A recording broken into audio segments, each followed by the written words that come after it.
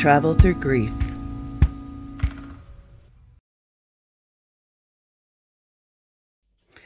Welcome to Travel Through Grief, the podcast where we explore the many ways loss changes our lives, the unexpected places healing can appear, and the paths that help us find hope and find ourselves again.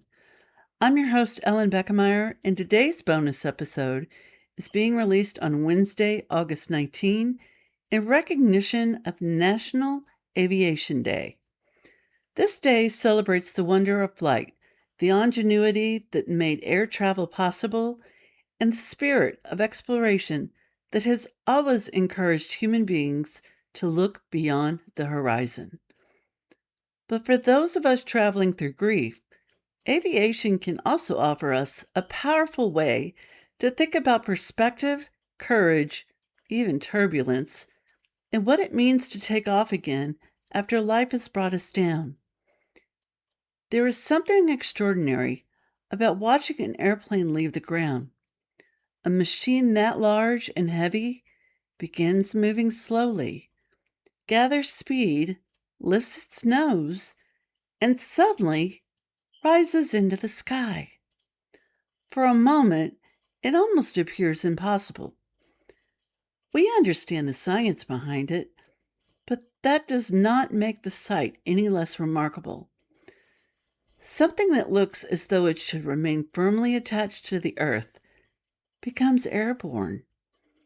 It reminds us that weight does not always prevent movement. Heaviness does not necessarily mean we are destined to remain grounded forever. Sometimes the very forces pressing against us can become part of what eventually helps us rise. Grief certainly carries weight. It can feel as though we are hauling an emotional suitcase that no one else can see. We carry memories, unfinished conversations, so many responsibilities, sometimes regrets, fears. It carries belongings, traditions, and the painful knowledge that someone important is no longer traveling beside us in the same way. There are days when that invisible baggage feels far heavier than anything an airline would allow us to check. We may wonder how we are supposed to move forward while carrying so much. Yet healing is not always about throwing the suitcase away. It may be about learning how to carry it differently, deciding which pieces still belong with us, and realizing that we do not have to unpack the entire contents every day. Anyone who's flown knows that the journey begins long before takeoff. There are reservations to make, bags to pack, documents to find, security lines to navigate, gates to locate, and unfortunately, delays we cannot control. Grief can feel remarkably similar. We may think healing should begin with one dramatic decision, but much of it happens through small preparations. We make the phone call, we attend the appointment, we fill out the form. We might sort one drawer, we answer one email, we may eat something nourishing, and we step outside for a few minutes.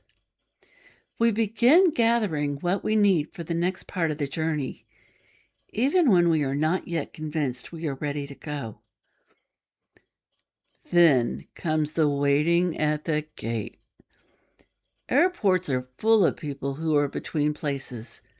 They have left one location, but they have not yet arrived at the next. That middle space can feel uncomfortable because there is so little control. We watch the departure board.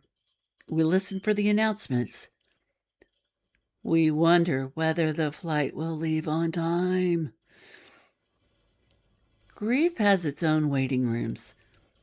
We are no longer living the life we had before the loss, but we may not yet recognize the life taking shape ahead of us. We are between the identities, the routines, expectations, and the versions of ourselves. We may feel restless or impatient, but the waiting does not mean that nothing is happening. Sometimes we are being prepared for movement we cannot yet see. Eventually, the boarding announcement comes. We gather our belongings and we step into the line. Even when we have traveled many times, there can still be a feeling of uncertainty as we walk down the jet bridge. We are leaving solid ground. We are placing some trust in people we may never meet and in systems we do not fully understand. Healing asks for a similar kind of trust. We rarely have proof that things will become easier before we begin. We may have to take the next step without knowing exactly where it will lead. Courage. It does not always feel brave. Sometimes, courage looks like quietly taking our seat, fastening the seatbelt, and choosing not to run back toward the life that can no longer be restored exactly as it was. Before takeoff, the flight attendants provide safety instructions. Even frequent travelers are reminded where the exits are, how to fasten the seatbelt, and what to do if oxygen masks appear. One of the most familiar instructions is to place your own mask over your nose and mouth before helping someone else. That message matters far beyond an airplane. Many grieving people are accustomed to caring for everyone around them. We assure the children, we check on other relatives, organize the service, answer questions, manage the paperwork, and we try to appear so strong so no one else has to worry. But we cannot continually give oxygen we are not receiving ourselves. Taking care of our own body, mind, and heart, that's not abandoning anyone. It helps us remain present for the people and responsibilities that still need us. Then the airplane begins moving toward the runway. There may be several stops and turns before takeoff. We might think we are about to leave, only to pause again. That can happen in grief too. We experience a good day and believe we have finally turned a corner, only to wake the next morning feeling the loss as sharply as ever. We make progress, stop, circle, and wait. This does not mean we are failing. An airplane taxiing slowly is not lost simply because it has not left the ground yet. It is positioning itself. It is following the route required for a safe departure. Our slower seasons may also be positioning us for what comes next. As the plane accelerates, we can feel the pressure in our bodies. The engines become louder. The scenery outside the window begins to blur. Takeoff can be exciting, but it can also be uncomfortable. Beginning again after loss often brings both emotions at once. We may feel hopeful about a new opportunity, while also feeling guilty that we are enjoying it. We may anticipate a trip, relationship, home, friendship, project, or chapter, and still wish our person were here to experience it with us. Moving forward does not require us to stop looking back with love. The runway behind us remains part of the journey. It is simply no longer where we are meant to stay. Once the plane rises, the world changes. Roads that seem confusing from the ground become clear lines.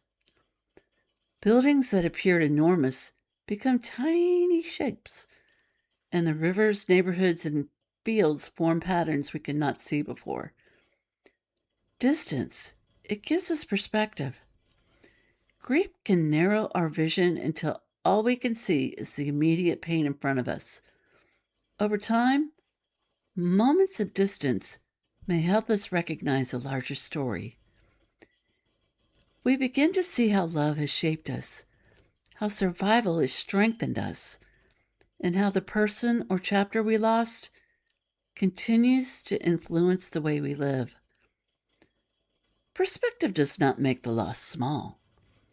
It allows us to see that the loss is held within a life that still contains other people, possibilities, and places we have not yet explored. Of course, no flight is completely smooth. Turbulence arrives without asking permission. The plane may shake, drinks may rattle, and passengers may become quiet. Turbulence can be frightening because movement feels like danger, even when the aircraft is still following its intended path. Grief adds turbulence too. A song plays in a store. A scent brings back a room we thought we had forgotten. An anniversary approaches. Someone says the wrong thing. A happy occasion highlights who is missing. We may suddenly feel as though all our healing has disappeared. But turbulence is not the same as turning around.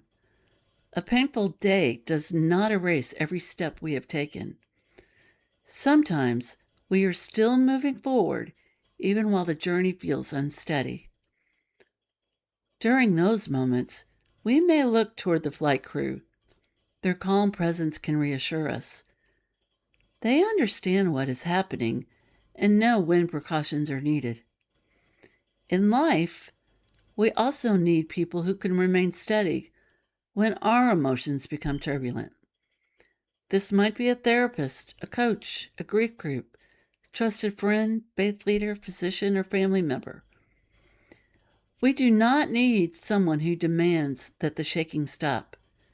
We need someone who reminds us to breathe, stay seated, and trust that the intensity will not last forever. Support does not remove every storm, but it can keep us from believing we must navigate the storm alone. There is also something meaningful about looking out an airplane window and just seeing the clouds from above. From the ground, a cloudy day can make the entire sky appear dark. From the air, we may rise above those same clouds and discover sunlight waiting on the other side. The clouds were real.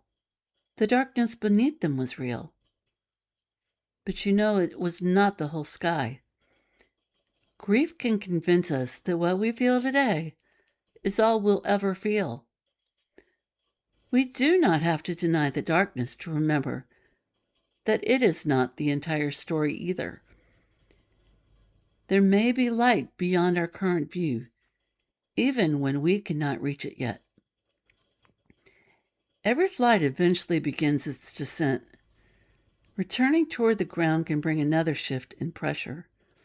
Our ears pop. The landscape grows larger. We prepare to re-enter ordinary life. Healing also includes returning to the everyday world after moments of reflection, retreat, or support. We leave therapy and go home. We attend a grief gathering and then stop for groceries. We might return from a meaningful trip, and then, unfortunately, we have to face that laundry. We celebrate an important milestone and then wake up to another regular morning. Healing is not lived only in dramatic breakthroughs. It is practiced in kitchens, cars, waiting rooms, in offices, bedrooms, airports, in all the ordinary places where life continues.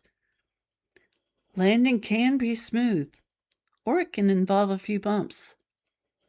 Either way, there is a distinct moment when the wheels touch the runway. We have arrived somewhere new. We may still need to find the gate, gather our bags, and determine what happens next, but we are no longer where we began.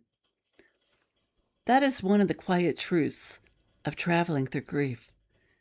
We may not notice our own progress while it is happening, And then one day, we respond differently to a memory. We speak our person's name with more warmth rather than pain. We make a plan and feel genuine anticipation. We realize we have landed in a place we once believed we would never reach. National Aviation Day celebrates flight, but flight is not only about escaping the ground. It is about connecting distant places. It's about crossing boundaries, discovering new landscapes, returning home, and seeing familiar things from a different point of view. Our grief journeys can do something similar. They can connect who we were with who we are becoming. They can carry love from the past into the future. They can show us that our lives may be permanently changed without being permanently emptied of meaning. So today, perhaps you can ask yourself where you are in your own journey. Are you still packing? Are you waiting at the gate? Are you taxiing slowly toward the runway?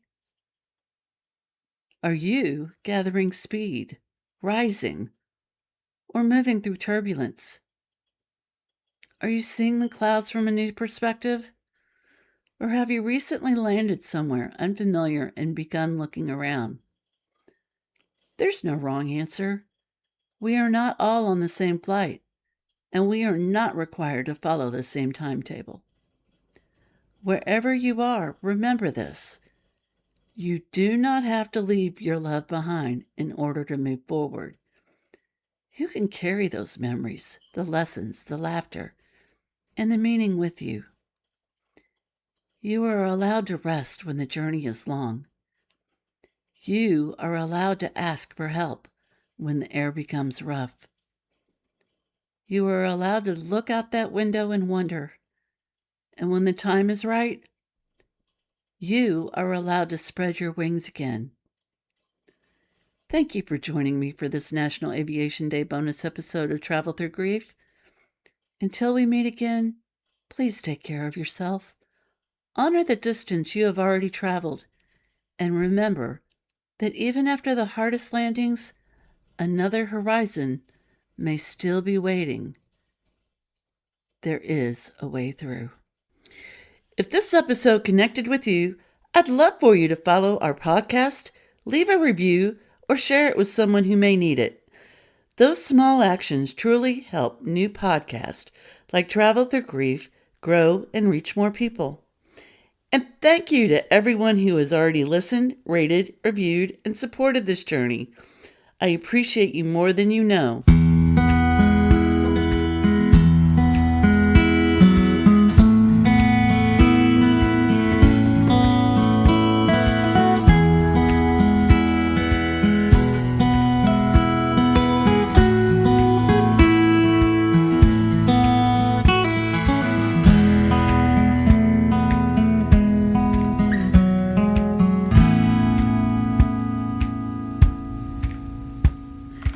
Until next time, keep finding your way forward.